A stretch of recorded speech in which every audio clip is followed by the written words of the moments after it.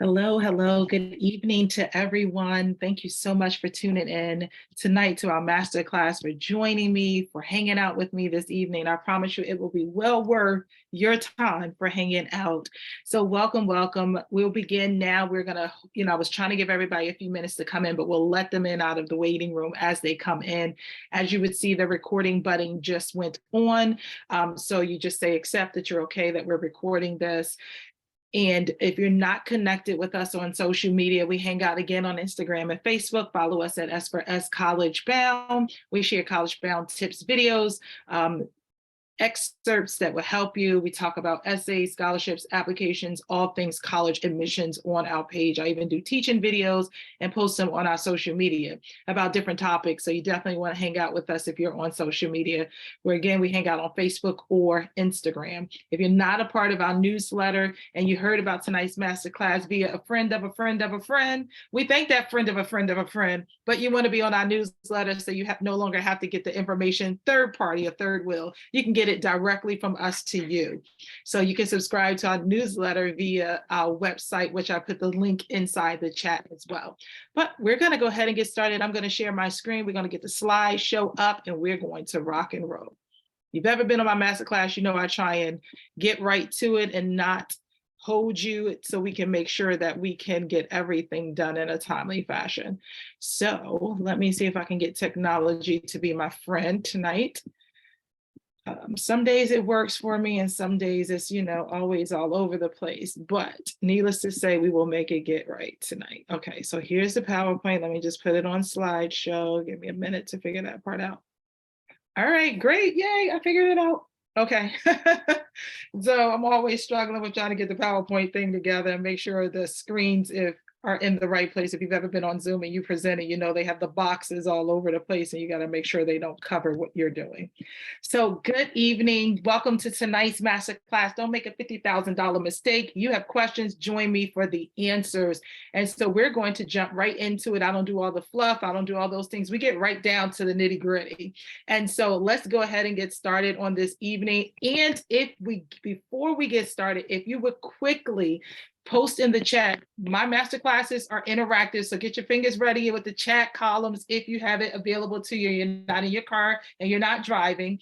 We like to be interactive because I could talk to you all day, but I want to make sure we can talk back to each other so that we can make sure we get things that you need also answered. I have everybody's questions that you submitted. I went through. If they were duplicates, I promise you they'll be answered in the session. If not, then we're going to come back and make sure we get you the answer. So if you can rep your class, meaning if you're on for your student, what year do they graduate? Are they in the class of 2024, class of 2025, 2023, 2026? And what high school do they attend? So if you can rep that in the chat before we get started, rep your high school, rep your grade level, meaning what year you're graduating, so that I like to shout that out before we can get started. Like I like to interact. So class of 2023. So we have a senior parent or student on board tonight. They're graduating from McNamara. Class of 2024 homeschool. Woohoo! Yep. Class of 2024 Bishop McNamara. Class of 2024 from the Heart of Christian School. Class of 2024, Eleanor Roosevelt High School. Welcome. We've probably, maybe this is like our third time having an Eleanor Roosevelt parent because they don't always share our information. So welcome. Class of 2024 doesn't say the school. Northwestern High School. Welcome, Northwestern High School. Class of 2026, class of 2024, Oxon Hill High School. Yes. CMIT, welcome. And another Oxon Hill family, class of 2025, graduating from Prince George's Community College, which is one of my former students, Anthony Robinson. Welcome, Anthony. And then class of 2024, another student, but it didn't say what high school. So thank you guys so much for jumping on. Thank you for tuning in. Thank you for wanting to, this is the first step to you as a student and as a family, preparing so that you have the necessary tools that you need to win the game of college admissions. Is one thing to jump on these calls. It's another thing. Oh, Bishop McNamara High School class of 2026. It's another thing to just continue trying to wing it on your own and not have any direction. So welcome, and prayerfully after tonight, you have some extreme direction. So if you're ready, put a number 1 in the chat and we're going to get started. If you're ready, just drop a number 1 in the chat. Here's some questions I want to pose to all the parents. Does this sound like you? Now, when I'm done with all the questions, I want to know. So as I do each question, I'm gonna say, does this sound like you? And you'll put something in the chat, right? Because I want to know what type of parents we have on tonight so that we can make sure we give everybody what they need. We have Laurel High School class of 2025 as well. So first question, I want my child to attend college without going into debt, but I am not sure how to navigate the college admissions process. If this is you and this sounds like you, drop a 2 in the chat. So if this sounds like you, drop a 2 in the chat. Yes, and so we want to make sure tonight you leave with some clarity on how to do that, okay? Next question says, I don't believe I even qualify for financial aid, so why bother? If this sounds like you, drop a 3 in the chat. So if you're saying, I don't even qualify, I make way too much money, they're not going to give me any money. Somebody said 3 exclamation point. Well, I'm going to dispel that myth for you tonight. I'm going to clear up some things of why you still should apply, even if you believe you don't qualify, okay? So we're going to dispel that. Next question. I am on information overload.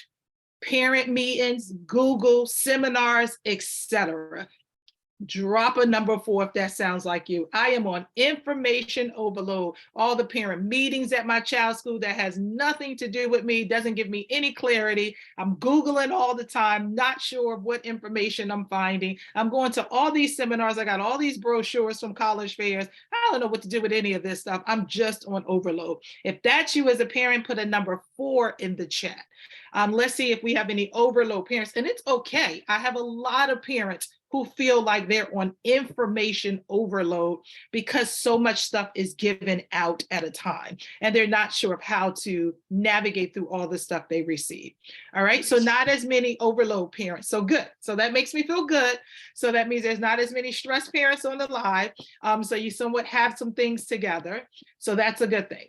Now, here's one more. I am a champion parent for my child, and I want my child to attend their dream school without debt. Type a number 5 if that sounds like you. I am a champion parent for my child. And I don't know about you, but I'm a champion parent for mine. And I want my child to attend school without debt. I believe that's each and every one of us that are parents tuning in. If you're sitting next to your children, or if you're a child, you know you have a champion parent who has your back, who holds you down all the time. Let me see you put a number 5 in the chat for that one. All right, so let me tell you a little bit about who I am. For some of you, this might be your first time. So if this is your first time, put in the chat, first time. If this is your first time ever doing a masterclass with me, ever seeing me speak on anything college admissions related, put first time in the chat. And I promise you, this will not be your last time. You're going to be like, girl, every time you do a workshop, I'm on there live, right? That's usually what my first time parents say after they get me for the first time.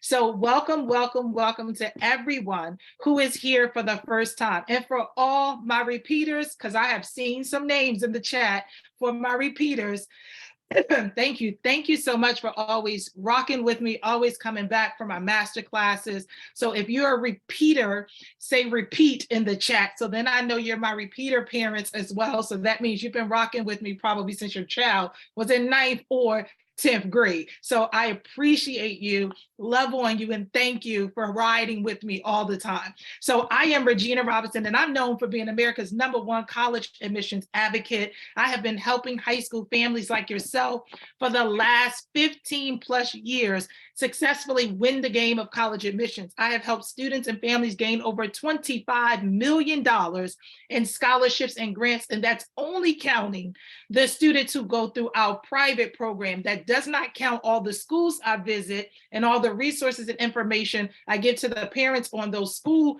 webinars and master classes as well. I am a former graduate of Go Bulldogs, Bowie State University, a Bulldog for life for my undergraduate degree. I am a graduate of Georgetown University for my master's degree, Go Hoyers, a Hoyer for life as well. I am a former high school educator. I taught high school in Prince George's County Public Schools at Dr. Henry A. Wise, Frederick Douglass, then went over to DC to Duke Ellington School of the Arts. I am a former college professor of Trinity Washington University.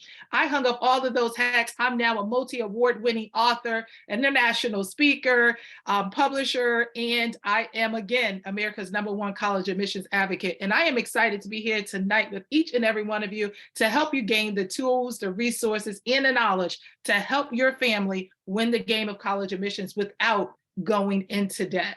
So you can read my bio all over my website, gain more information about me, look me up. But the Student for Success program has been navigating and helping students again for over 15 years. We do college tours, which we have coming up on spring break.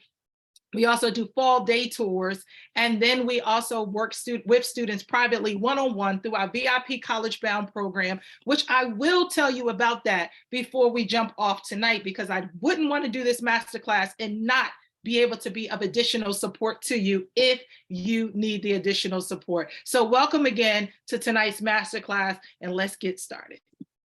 So here at Student for Success, we definitely support. We are definitely and definitely we support, and I am a champion parent just like you. I have a now college junior who formerly attended McDaniel College, which is a $60,000 a year college for $0 for the last 3 years. This spring, she will now become a Bulldog for life for the rest of her college career. And so we are excited about her coming back down and going to Bowie State University to graduate from where none other than her mother walked across the stage. So we are excited about that.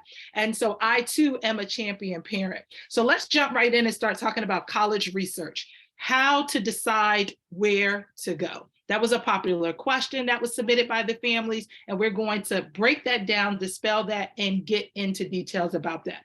There are 4 categories when you are deciding what college is the right fit for you. Now, if you did not know, now you know there's over 4,000 colleges in the United States. If you knew that, put a number 1 in the chat. If you did not know that and you're shocked that it's that many colleges for you to choose from, put a number 2 in the chat. Let's see how many parents actually and students actually knew how many colleges they actually had to go through to get down to the list of colleges that they're going to apply to. So yes, good. A lot of parents and students knew there are over 4,000 colleges in the United States. Now, how do you narrow that down to top 5 to 7 colleges? National average of applying to colleges are 5 to 7, maximum 10, because guess what? You can only put 10 in the FAFSA. You need to do the FAFSA in order to get a financial aid award letter. So if you do too many schools, you won't get a financial aid award letter from those schools. So how would you know what type of package they're offering you? So here's how you get from 4,000 down to your top 10 or your top 7. First and foremost, you're going to think about location. So these are in any specific order, so I'll jump around. You're going to think about location. So let's say you know you want to stay 3 to 4 hours away from home if you're driving. You don't want the West Coast. So now you just eliminated a lot of the 4,000. Let's say you only want to be 3 to 4 hours away. You just eliminated a lot more of the 4,000. Let's say you have very specific states you want to focus on. This is how we get our students in our program to narrow down and get to their top list. We decide on what's their state parameters that are their idea states, how far they want to be from home. And we have to agree as a team because we're a team. So we need to make the right decisions, right? And so once we determine location, we then shift to size.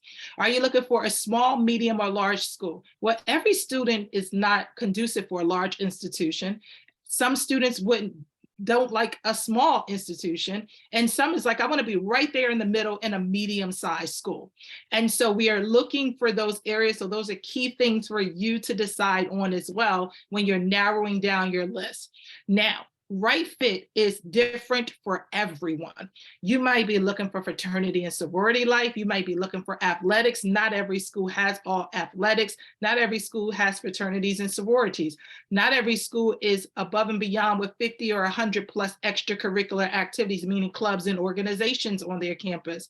Not every campus is a campus felt environment. Some is city, some is urban, and some is suburban. And so there are different factors to saying what is the right fit for you? What culture are you looking for when you are deciding for schools? The kids in our program have to do what we call a dive deep. So I'm telling you this too, dive deep into your research so that you can choose the right school when you are picking the schools of your choice to make your top 7 to 10 colleges, okay? Last but not least, but most importantly, important, your major. You want to do research, you want to even call if you need to find out if your major is in the top 5 or top 3 at that particular college or university. The last thing you want to do is say, I want to study strongly in psychology or social work, and that school doesn't even have that program, or that school has that program, but it's not in their top tiers of programs. So that means, of course, they're not getting as much funding, research opportunities, different things that will be important for you if that's the culture and environment that you are looking for. So remember, right fit encompasses your major, your size, your location, and what you're looking for and the culture of your college experience. So consider that when you are focusing on creating your top 10, no more than 5 to 7 colleges. But remember, maximum 10 if you just want to go overboard. But in the end, you can only go to one college. So keep that in mind. And every application costs money, and they range anywhere from $25 to $150, parents, for every application. So consider that when your child is applying to 15 and 20 schools and you have to pay application fees for that. Now, can I give you a nugget about how you can get some of your applications waived? If you want that free nugget, say nugget or free, put that in the chat, and I'll give you an inside that I tell my students so they know how to get some of their applications waived. So if you want to cut the costs and you do not want to pay for all of those applications, here is a sure way for you to often get free application waivers. If you attend a college campus visit at a school, fill out one of the cards, make sure they know you've been on their campus. And then when it's time to complete an application for their school, you can easily call, you can ask while you're there if they have an application waiver. And if they say no, then when you're getting ready to apply for that school, you can pencil back to them, call and let them know you visited their campus on such and such, you enjoyed it, it was an amazing campus visit. Can you possibly get your application waived? Believe it or not, they're looking for applicants. Most applicants are not calling and asking that, so they'll go ahead and oftentimes 9 times out of 10, if they have the power to do that, they will say, we will waive your application. So that's a way to get some of those applications for free. We always want something for free if we can. Why pay if you don't have to? Now, how do I win the game of college admissions? Well, let me tell you how to do that. Basically, if you thought that college admissions was fair game, it is not. So if you anything about checkers or chess, you know, there moves on the table, you know, you got to move around on the board. You got to have the right moves so that you can get what you need, because most of you said you want to attend college without going into debt. And so let's make sure you have the moves so you can do that. So there's 3 strategic moves in the college admissions process. These 3 make or break your application. These 3 make or break the opportunities of what you're going to see with the culture, how you're going to decide on your list, and how you're going to framework your package. Number 1 is college visits. Parents, I say this and I say this with love. You would not buy a house if you could not see inside first. We just wouldn't do it. We want to know if they got granite countertops in the kitchen. We want to know if they got a big Masterclass, walk-in closet. We want to know all of that, right? So why would you be willing to invest in a college that at this day and age starts at about 20, anywhere, most parents are paying out of pocket anywhere from 10,000 to about 60,000 a year for a college. So why? Would you be willing to make that kind of investment if you have not had an opportunity for you or your child to visit a college campus? I ask kids all the time, and kids will tell me, oh, Ms. Robinson, I love such and such school. I say, oh, tell me a little bit why you like that school. And they'll be saying all of these things. And I say, oh, well, you found that out when you went to visit. They'll be like, oh, no, I never visited the school. Then they can't possibly be your number one school if you have not visited that college campus yet. Because just because you saw it online doesn't mean the reality matches what you see online. You really need to get on these college campuses. Now, I know you're saying, well, Miss Robinson, I'm not going all the way to California, and my kid is saying they want to apply to schools in California. Well, they might not even get accepted to there yet. That's understandable. You wait, you apply, you get accepted, you go visit before they become a part of your top 3 in the end before making a final decision. But college visits are important. We do college visits all the time. Ours will be releasing within the next week or so. But here's the deal. If you don't do it with me, do it with someone, or you take your children on the college visit, because looking at a campus so that they can understand. So to all my 9th and 10th graders and some of my 11th graders as well, who are present tonight, how are you going to create the list that we just talked about by the right fit, the culture, the size, the location, if you've never seen a college campus? How do you build those parameters and you've not yet laid your eyes on any college campus? Parents, this helps. For all the parents who have the kids who you're saying, oh my gosh, I can't get my child to move. I can't get my child to act like this is an urgency. I can't get my child to be motivated. Send them on a college tour. Take them on a college visit. I promise you they'll come back different. Their mindset will be different because they would have had an opportunity to see firsthand what opportunities are available to them when they reach that college opportunity. You know, that application season, that acceptance season. That's what most kids need. Last but not least, and the second one is one size does not fit all, SAT/ACT. Students, you need to decide whether you're taking the SAT or the ACT. Now, I know you're saying, well, I'm just going to focus on the SAT, Ms. Robinson. I'm not even going to take the ACT, or vice versa. Here's what Ms. Robinson says. My students are not allowed to pick and choose until they have taken both tests. And then we see what they rank in the test, meaning scores, and then they can eliminate one. Why? You never know what you're great at until you try it. And you don't want to box yourself in by just taking one and not taking both. So here at Suited for Success, my shining stars, we don't believe in boxing ourselves in. And so I don't want you to box yourself in as well. So please take both tests, see your scores, and then eliminate which one you're not that great at. So let me tell you the score range that you should be looking for. The SAT, at least 500 plus per section. And then the ACT, a composite of 21 plus. So now I'm saying higher than both of those as possible, but those are the national average for you getting those test scores in the range. Now, I know some of you are saying, Ms. Robinson, I heard about test optional out here in these streets. Tell me what that is. Okay, so let me give you information about that. Now, if you're going to apply test optional, that means the school is offering you the opportunity to apply without your test scores. Now, let me see. I'm trying to see if I should give y'all when I say y'all, this is the whole masterclass you can check out after this one if I give y'all this nugget, but I need you to say, we want it, because I need you to put something in the chat so I know you want me to tell you this nugget about the test optional, because this is important. Every kid just say they want to be test optional, but you need to actually have the resources about what test optional really, really means. Somebody said we need the information. Go on and tell it. Yep, share it. All right, so this is what my clients and Anthony, Mr. Robinson, can account to this when we come later, like he's one of my former clients. Here's the big thing about test optional, because you know it's been thrown out there and everybody's all excited. Oh, I don't have to take tests. I don't have to submit scores. Where are my parents who said they do not want to go into debt? They do not want to borrow loans. They do not want to pay $20,000, $30,000, and $40,000 for tuition. If you apply test optional, get close and listen. If you apply test optional, before you make that decision, you need to call the admissions office at the school you're considering and ask this question. Listen closely, because you can get off the masterclass after this, I promise you, but stay on anyway. But I'm just telling you, this is the golden nugget.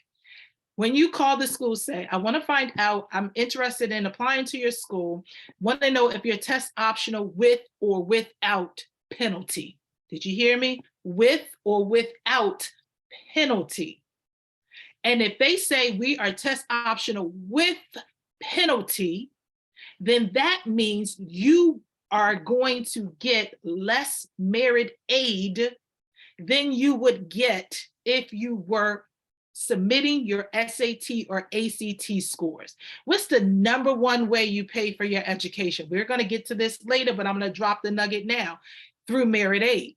So if you go test optional and they are with penalty, you just took a big chunk out of your money. So now, I told y'all that was going to be golden. I told y'all I've helped my students get over $25 million in scholarships and grants. That was a ticket right there. That was the key of how we do it, through the merit aid. But if you don't know those backdoor rules, you'll go ahead and say, oh, I'm going to apply test optional. You take the whole chunk of merit aid off the plate for you to be able to get, and now you're going to be taking out loans and trying to figure out how to finance your child's education. So again, that was the golden nugget. So if you were thankful for that golden nugget, let me hear y'all in the chat say thank you for dispelling the golden nugget, so I can give you some more throughout, secrets that I only give to my students. But I'm praying that was a good help to you, so you can now take that, because I don't want you to go into debt either.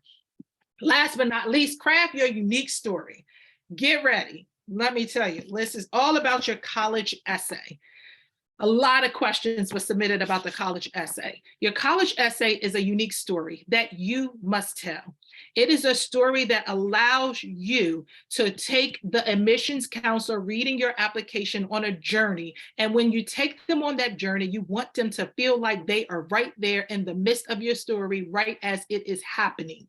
Now, some of you want to talk about, I'm the star quarterback, I'm the star cheerleader, I'm the captain. So what? Do you know how many other students have that same position at their high school? Tell me about what makes that, how does that impact who you are as a person?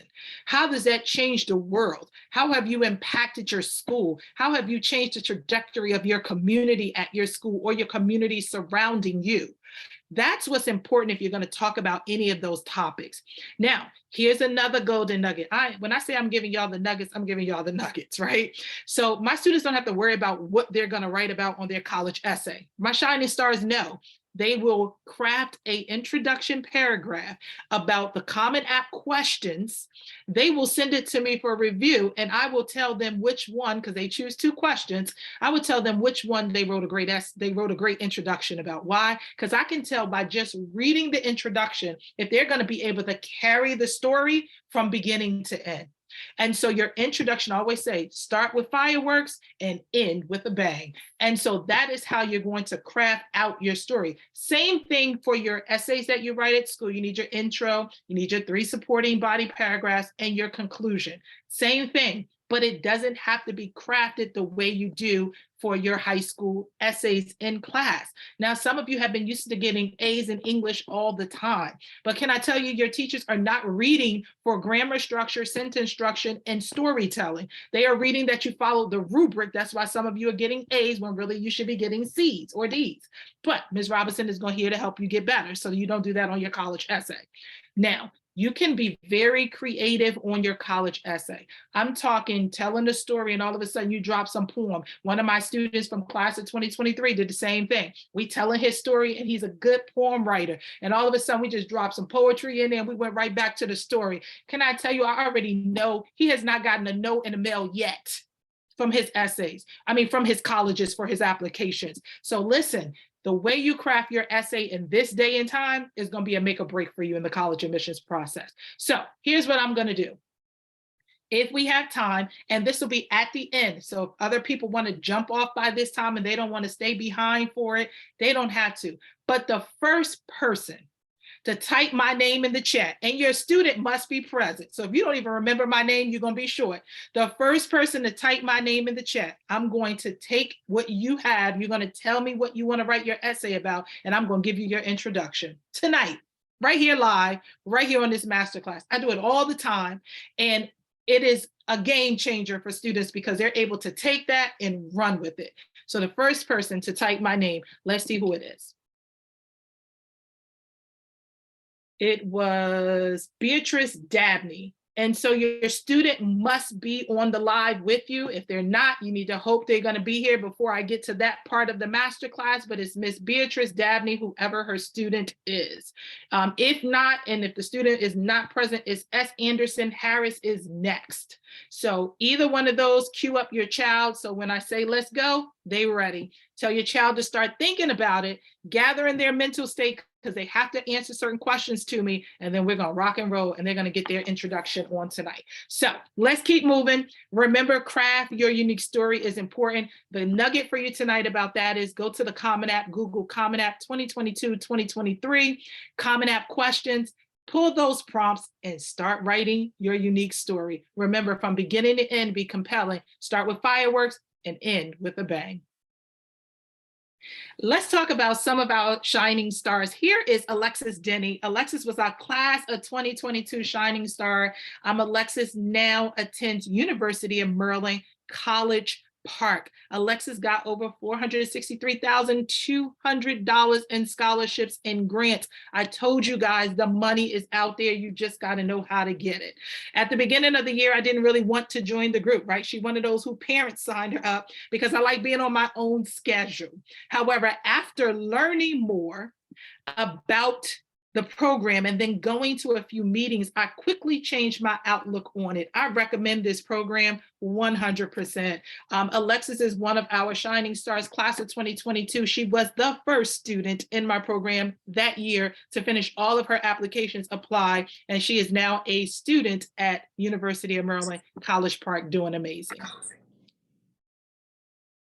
How to pay for your child's education without going into debt. This was probably the top question submitted by all of the families. And so we want to make sure we get the answers for this. Secure the funds. How do you secure the funds? Here are 3 different ways. Now, let's go back to the parents who said, I do not qualify. I make way too much money. So there is really no reason to even why to complete the FAFSA.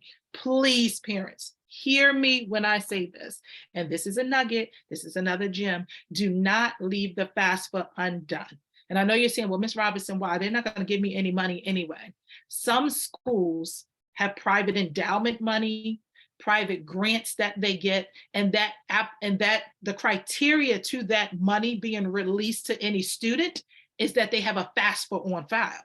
Well, if you did not complete your FAFSA, you don't think that they're going to call you and say, oh, Miss Robinson, your daughter Ashley, which is my daughter's name, qualifies for this extra money, but we don't see a FAFSA on file for you. They're not about to do that. They're going to take that money that should have been for my daughter Ashley and give it to Miss Gabby Stanley and her family because she has a FAFSA on file. But you did not. I did not. So parents, please don't let that become you. Complete your FAFSA, because the FAFSA will support you if the school has any additional money to give that requires release, that you have a FAFSA on file. Now, does a FAFSA guarantee that you're getting money? No. Does a FAFSA assign you money? No. The FAFSA is a database that collects your information. It is distributed to the colleges that you list. Remember, I said a maximum of 10. They distribute it to those colleges. The colleges create an award letter based off of the criteria and standards that they have. And that's how they tell you whether you're going to qualify for scholarships, grants, or loans, and what amount you will qualify for. So completing the FAFSA is important. Now, here's the date to complete the FAFSA. The FAFSA opens October 1st of your child's senior year. So all my junior parents, don't jump the gun. It's not open until October 1st. All my sophomore parents, please don't jump the gun. You have 2 more years to wait. And all my freshman parents, same thing. You have 3 more years to wait. October 1st of your senior year. So all my late tax filer parents, don't be a late filer when it comes time for your child's senior year. All my parents who are saying, well, do I put both of my parents? Well, how do I know? Well, what do I do? When we do the FAFSA Masterclass, jump on that and you'll get all the details for how to complete the FAFSA. We, in fact, help over 100 parents or more every year complete the FAFSA because we want to make sure you do it right. So please, when we have that Masterclass, jump on and we'll tell you all that information about that. But in the meantime, when it comes, do not skip completing the FAFSA. And the entire time you are in college, you must complete the FAFSA every single year until your child graduates from college. So please, please, please don't miss out on doing that, okay? So make sure you complete your FAFSA, complete it on time, but it's not until your senior year for your student.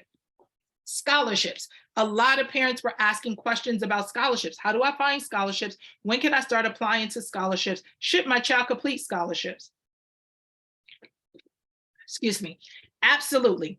Please complete as many scholarships as possible. There are scholarships starting as early as middle school, elementary school, but you have to be out there looking and researching for the scholarships. We have our monthly scholarship membership that we offer parents. Every month, we send out a list of scholarships. It's by grade level. You click to see if you qualify for it and you apply.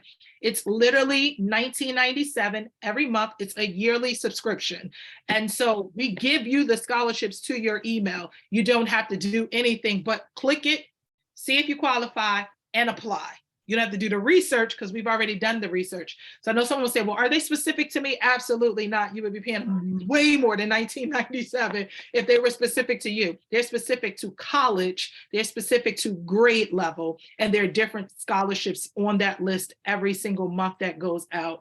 Our Shining Stars, they are required to do a minimum of scholarships every month. They got to text us to show us that they've done the scholarships. So I highly recommend, this is another bonus nugget, that you have a scholarship night in your house. I told you I'm a former parent of a college student, and we had scholarship night when my daughter was in junior and senior year. And so she would be on her computer, I would be on my computer, and we would be doing scholarships together. So parents, this is the one time you jump in there all in and you help, because it's less money coming out of your account that you can get to help offset the college costs.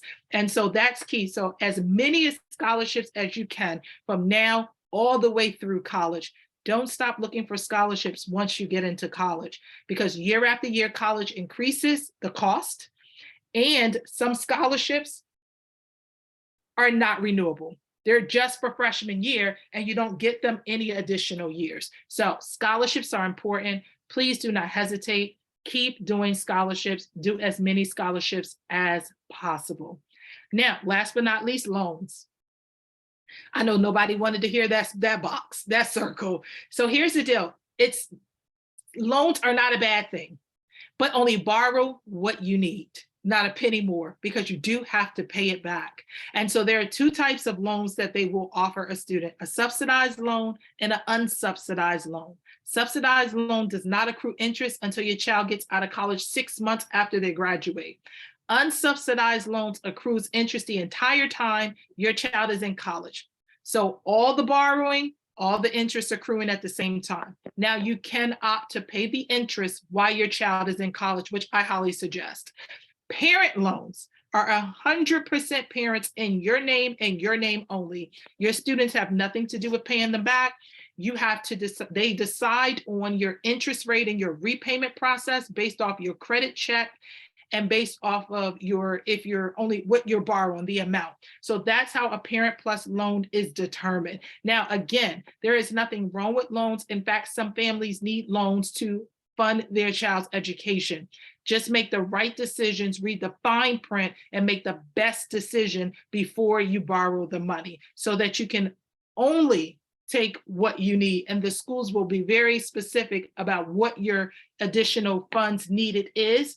And then that way you can sign the promissory note only for that amount and not the whole amount. So remember, loans are not a bad thing. When they give the students the loan, there's a limit per year: freshman year, sophomore year, junior year, senior year. There is a limit. The only way a student can get additional money is if the parent cannot get a Parent Plus loan, then the student can oftentimes get additional loan money. So again, how to secure the funds: FAFSA, scholarships, and loans. Now, I got one more nugget about this financing your education thing, but I need to know you still want free information and extra bonus information. So type bonus in the chat, And then I will give you the free information about this securing your funds. One more thing that I think is going to help you, because I think this is a misconception and I want to make sure we're clear on it so that you have the tools you need. So it has to do with 2 slides over, so I'm not going to forget to tell you. According to National Scholarship Providers Association, $100 million in scholarship money still goes unawarded each year. Parents, that is way too much money to be just sitting there freely and no one's claiming it. But our kids are not doing the applications. Our kids are not applying. So that's why I told you the nugget was scholarship night in your house, you being at work or you having free time and you're helping complete some of those scholarship applications. $100 million, that is way too much money. And we want some of that $100 million. I know I do, so I hope you do too, because I tell my kid all the time, I'm not about to be paying for college. So I'm gonna need you to figure it out by getting those scholarships done. So parents, hold your children accountable. Now, what is the way for you to pay for college? I want you to type in the chat. I'm gonna give you the order, but I wanna see if you have the number one thing first. What is the number one way for you to pay for college? Type it in the chat. What do you believe is the number one way for you to pay for college as a parent? Well, as a family, let's just say as a family, the number one way. Well, I can tell you what the kids believe is the number one way. It's you, the parents, right? When I'm at their schools and I say, what's the number one way you're going to pay for college? And the student says, my parents, because parents, guess what? They think you're rich. So they say parents. So let's see who had it first right. Let's see.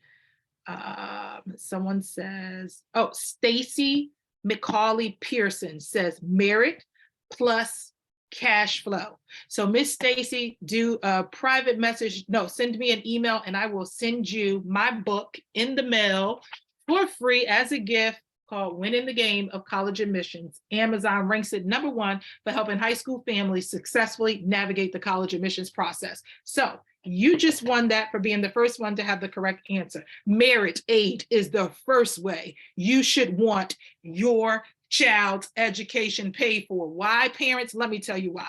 Merit aid is free to you. It costs you nothing. They don't care how much income you make. They don't care if you got a 2-parent household. They don't care about none of that. It is based on your child's academics and guess what? Their test scores, and then merit aid is assigned to them. So if your child has done the work, so if you're one of those parents who say, I want my child to get a full ride, because I had a couple of those things, listen, if you want your child to get a full ride, you need to ask yourself, have they done the work to get a full ride? Because if they've done the work to get a full ride, they've been a 3.5 plus student ever since freshman year when they walked into their high school, and they have maintained that all the way through and possibly even higher. And I'm talking like 3.9, 4.0, and then you might see the benefits of a full ride. But if they are not in that category, that is not going to happen. But I just want to be able to give you that reality so that you can jump back and say, it's not that your child is not great or they're not worth it. They just didn't academically do the work from 9th grade on to position themselves for a full ride scholarship. They are competing against kids who have 4.3s, 4.4s, that range. That's what they're looking at. That's how they're giving out the full scholarships. But #1 is merit aid on paying for your college education. #2 is completing the FAFSA. #3 is scholarships, whether they are private or from the school. #4 is whatever you have saved in your savings that you put aside, maybe 529 plan or college planning savings, right? And then last but not least, then parents out of your pocket, they offer you the 10 monthly payment plan, or you can pay in full whatever your balance is. That is the reason. That is the sequence. That is how you pay for college. So align your child. So for all the 9th grade parents on here, you still got time to make that work. All my 10th grade parents, you still got a little bit more time to make that work. If you're my 11th grade parent and you want here, it is what it is. And we got to work with what we're working with at this point. And so let's make it improvise, make it work. Look for the schools that your child qualified for merit aid and go after those schools. Again, you see $25 million in scholarships and grants. That's what our Suited for Success Shining Stars have got in the last 5 years. Prior to that, we wasn't recording the the money. You know, it's been millions and billions of dollars we've received, but we've been doing it and tracking it for the last 5 years. How did we get to that? Let me show you how. And this is when I tell y'all, y'all are getting the inside tonight. People who didn't jump on tonight is going to be upset. They registered, they didn't come on. I'm not even sharing the recording. Can I tell y'all, y'all are getting inside tonight. So let me show you. I'm going to stop this PowerPoint for a second, if I can get it to stop. And then I'm going to show you what I want to show you.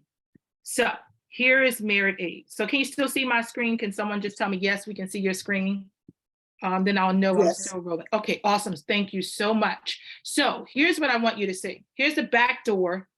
I've never showed this on a masterclass ever. So here is the back door to what my Shining Stars and my Student for Success program get. They get access to this online program. You can't find this program anywhere. I pay for this program. That's the only way my students can get it. You have to be a certified counselor to get this program. And so Temple University is a school that one of my students is applying to. This is an old student, and I'm just pulling it. They have access to everything about Temple University in their portal. They know how many students attend Temple. They know whether it's a large, medium, or small school. They know whether it is if it's in the city or if it's suburban or rural. They know all of that. They know the selectivity of the school. So this particular school selectivity is 72%, right? When this is below 50%, that means the school is competitive. Let's say this would have been 20%. That means it's really hard to get into that school. So we got to look at their credentials. We got to make sure they're going to align to the money. Now, how do we do that? We know 37,000 students applied last year to this school. Only 27 got in. So there was a 10,000 almost gap that kids that got no in the mail for many reasons we don't know. Then the next thing we know is what's the retention rate at that college? 86%, that's important. This is your dive deep. This is me giving you inside of what you should be looking for your child and what your child should be looking for. 86% retention rate, that's important. That needs to be above 75% because that means students love the school and they're coming back year after year. That is key, that is important. Now here is, yes, Mr. Robinson. We're not seeing it on the screen. You can't see? No, all we see is success story of one of your students. Okay, so hold on. All right, wait a minute. Let me minimize this. Now tell me if you can see it, Mr. Anthony. No. Okay. We can't see it. Oh, see, they don't want y'all to get this one. Okay, hold on. I'm coming back. It should come back. Wait a minute. I want to make sure you Are you looking at more than one screen? Are you using more than one screen? It probably did at first. I'm going to stop sharing and go back to sharing again. I think it did. I think it paused itself and went on to the wrong screen. So I'm going to go back to the right one now. But thank you, Mr. Anthony, for coming off and telling me that. Okay, can you guys see it now? Yes. Okay, great. Okay. So Temple University, I'm sorry, guys. Temple University is the stat for this school. So we're looking at the stat for Temple University. I was telling you that you can see that there's 23,750 students who attend Temple. It's a large school and they're somewhat selective with 72%. Remember, I was saying if it's below 50%, then that is really where the school is competitive. That's where my student can see if that school is competitive or not and how competitive they are. Not that 72% means they're not a good school. That's not what that means. That just means they're not as strenuous. So for instance, somewhere like Harvard, they get over 70,000 plus applications a year for 3,000 spots. Their selectivity is 3% here for students admitted. 37,000 students applied to this school, 571, 27,176 got a yes. When I was talking about retention rate, the kids can see that this school is 86%. So my Shining Stars know that this school must have a 75% or above for us to consider it, or we have to have a discussion about it. That means kids are going and returning, which is important. Now, here is where it's the game changer. We talk about Merit Aid. We talk about 50 percentile. You hear that go around all the time. We talked about how the kids got $25 million in scholarships and grants collectively. This is how they do it because I have this to show them. So I have this to determine what schools they should go to. So basically, this school GPA is a 3.4. My student's GPA is a 3.4. This school's average is a 3.46. People come in below her. People come in above her. but she is right there in the top 50 percentile, meaning she will get merit aid from this school. Now, when you look at the test scores, that's important for you to see. We look at this, I look at this to determine whether they're going to apply test optional, if they're not a test optional penalty school, or if they're going to apply with their test scores. So if their test scores are on the board, perfect. Of course, she wouldn't use her ACT scores. Of course, we're right on the board for SAT scores, so we could still go in because we have that. But if they're a test optional school without penalty, then we're going to just go in test optional because she's already at the top tier of their average GPA. So these are key things that make a difference when you are looking for financing your child's education and securing the money. This is the game changer. It's knowing your GPA, knowing where you rank against the school, and knowing what that school offers you in money. That's key. Okay, so I wanted to show you this. I wanted to show you the power of knowing the numbers, the power of diving deep on schools, because that's important for a student. Okay, so I'm gonna stop share so I can get back to the right screen.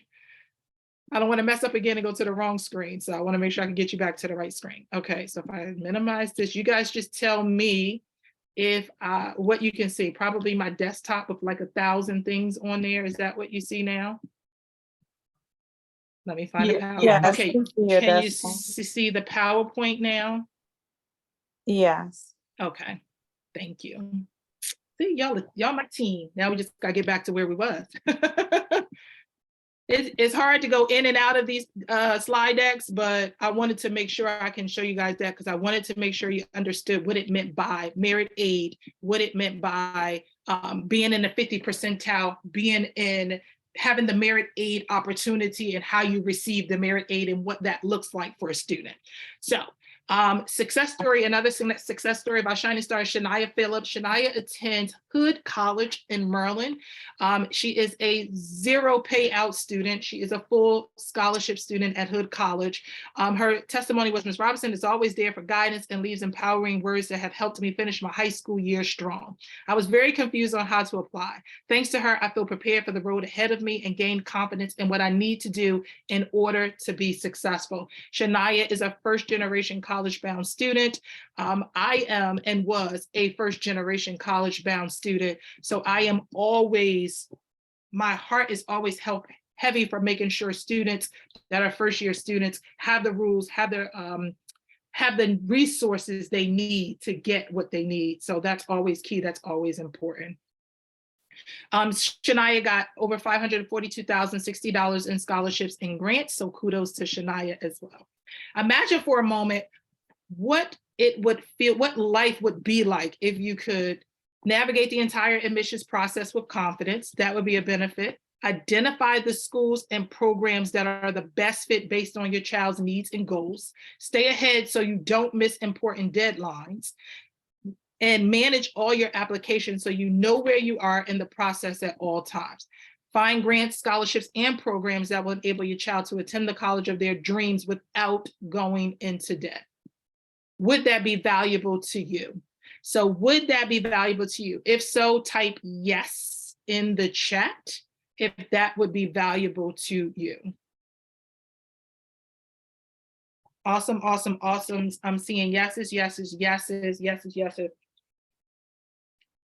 Okay, now my next question is, and you're going to use the number 1. If already you have learned something new, got a reminder of something you already knew, like, okay, girl, you done gave it to us all tonight. We are excited. We are happy that we joined the masterclass. Drop a 1 in the chat, so I at least know we on track in the masterclass. So that keeps me making sure I at least know we're moving in the right direction to get all of your questions, to make sure you have all of your information.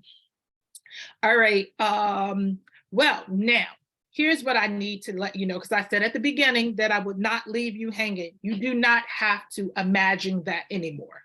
We are literally there to support you. Joyce Banjo was one of our graduating seniors of the class of 2022. She earned over $841,480. She is currently attending University of Maryland College Park. Ms. Joyce says, Ms. Robinson truly wants the best for her students and advises us in every stage of the college process so that we don't go astray. Our goal is to make sure no student goes astray in the college process. No student lacks confidence. No student doesn't have all the answers. And so I'd like to introduce to you, if you would let me, my VIP College Bound program, which will help you experience that and so much more, all the benefits we share.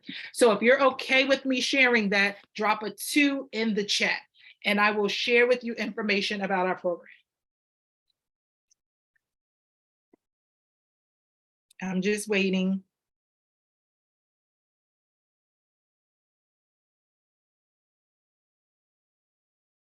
Okay, so I see all the 2s in the chats. Thank you. And so here's what our College Bound program entails. So just want to give you kind of an overview of what the kids who are part of our program receive so that you understand. Our students have exclusive online access to their database, which I just gave you behind the scenes on just one part of the program that the kids actually have. The students also, we get, when you first sign on board, we have a family consultation. Our students are in group cohorts. However, every one of our students are individualized. And so we have a family consultation where we walk through an action plan, a roadmap is what we call it, for our students so that they know where they are and where they're going, whether they're a 9th grader, 10th grader, or 11th grader. We also work with them on creating their college list. You heard me say a maximum of 10 schools, but 5 to 7 the students are allowed to apply to in the program, because remember, I said you can only go to 1 and you can only put 10 in the FAFSA. We also work with them on getting their recommendation requests from their teachers and their counselors at their schools to make sure they're on track for submitting their applications ahead of time. Our students do not, majority of our students' biggest testimonial is that why other students are still applying to college, they've been done for a long time. We don't allow our students to go far because we want them to get it done early so they get back their yes or no in the mail early so parents can prepare financially for the big picture. We also work with our students on their essay. I told you, my kids don't often like me in the beginning when they're working on their essay, but they love me when they see their final essay. They love me when those yeses come in the mail. I remind them when the yeses come in the mail. Remember, you were crying about doing your essay over? Well, you see, you got a yes. That was because you did that essay over. So I remind them, right? Then we do group Zoom sessions. We have a night where we do group Zoom sessions. They're always recorded. The kids get the replays so that they can work on their tasks and their projects. We work through their academic profile when they first come on board. Their transcript is submitted. I review their transcript, break it down, make sure the students and the parents understand what their academic profile looks like. Now, we also, they have to send me during their time with me their progress reports and report cards, because when we set our action plan, we don't have time to be getting bad grades. So I stay on top of them because they say they're supposed to do this X, Y, or Z. We also work with them on highlighting their academic resume for creating what they've done from 9th, 10th, 11th, and then adding in 12th grade when it's senior year. We review all scholarships. We review all college applications. If the scholarships require intensive information, we review it for them, but they are not allowed to submit an application without my review first to make sure they didn't miss crossing any T's or dotting any I's. That's why a lot of times students don't get a yes or no, because they haven't completed their actual application. And so they don't actually get a yes or no because it's still pending, but not on my watch. We also work with parents on completing the FAFSA because we want to make sure you get your FAFSA done correctly. And so we make sure our families get their FAFSA done correctly. We also do what we call a monthly correspondence, and we have a group text thread. So we keep you posted throughout the entire time. We don't leave the students or the parents in the dark. We make sure every student, every parent has everything they need. And so much so, I don't want you to take it from me, but I want you to take it from parents who have gone through my program, students who have gone through my program, but we have parents on tonight. And so Miss Martin is riding with us. Miss Martin is the parent of Daniel Martin, and Daniel is a freshman at Arizona, and his mom is here with us tonight. I see she driving in here with us. Probably her and her husband is in the background. So go ahead, Miss Martin. Hey, no, it's just me. I worked late today, but I just want to just jump on and just share. Oh my goodness, Ms. Robinson is like a bonus mom, godmom. She is just there for us as parents because my son, if I tell him something, oh my gosh, he's not going to do it. But let Ms. Robinson say something, oh, he's going to get on it. And that is what I am just so grateful for Ms. Robinson, because my son needed that push to always be on him, to have those deadlines. And as much as he was like fussing about it, when he, just as she said, when he was sitting back and, you know, his friends were trying to get their applications in, he's sitting back and he's getting his acceptances. He's getting his scholarships. He got so much in merit. We might be losing Miss Martin. Miss Martin, can you hear us?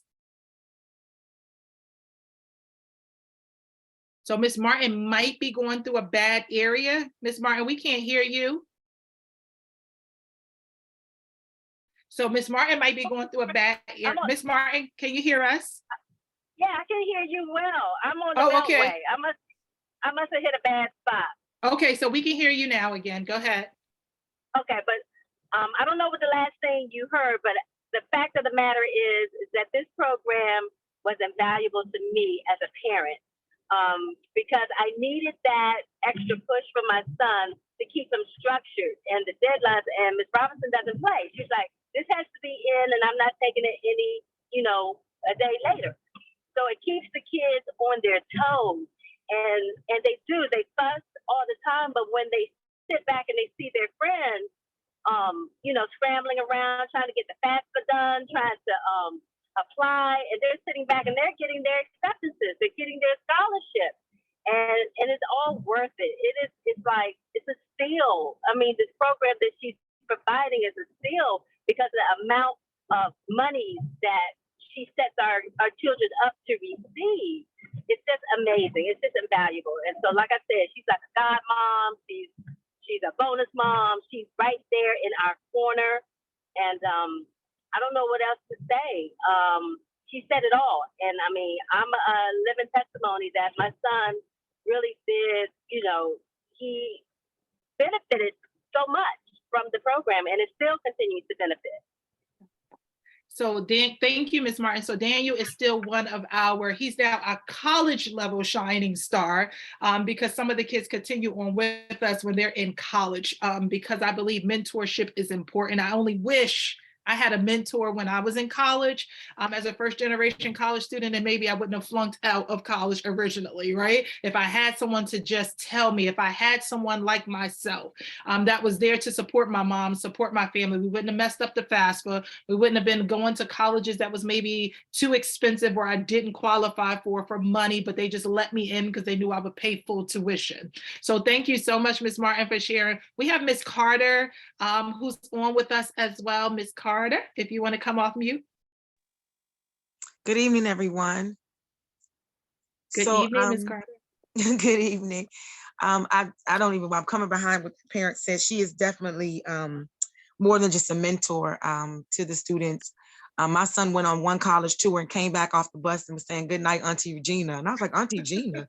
So that is the impact that she has on the students. And I think the main thing for me is to know that she really cares about them. There's so many different organizations and people out here that are trying to do the same thing, but she really truly cares about the students, and she does get them organized. He's more focused on, he's in 11th grade this year, but he started with her in 10th grade. And so things are like pepping up and getting faster and faster. And he's getting a little anxiety about it, but like she said, she holds them accountable, and accountability is absolutely the best thing, especially for my son. So he's accountable and he's prepared when he knows he's got to meet with Miss Auntie Gina next week, and I got to have this, I got to have that. And so she has him organized. She has his mind focused on what it is he really wants to do, because a lot of times they say what they want to do, but she steers them to a direction where she forces them to have a clear understanding of what it really is you want to do. And so I appreciate that about her. I appreciate her caring for the students. And this is definitely a program that's definitely helping me, because not only does it make him do what he's supposed to do. It also makes me sit down and do what I'm supposed to do in order to support him. So from what I saw tonight, if you parents are those parents who are those number fives that want to push their students and want to be there for them, then this definitely is the program for you to keep you on task.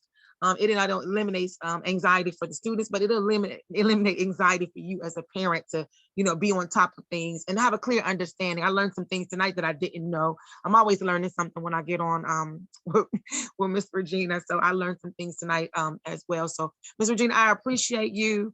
And I definitely appreciate you just flowing in your purpose. Thank Flowing you. in your purpose. Yes. And so Evan is Miss Carter's son. And so, yeah, so Evan I'm Auntie Gina to him. So he named me on the college tour that he went with me on. So my students are not just, so I don't have what we call students that enroll in my program are not my clients. They are my babies. We are with them for life. Like some of my college students who have graduated and are now adults and have children, I'm still a part of their life.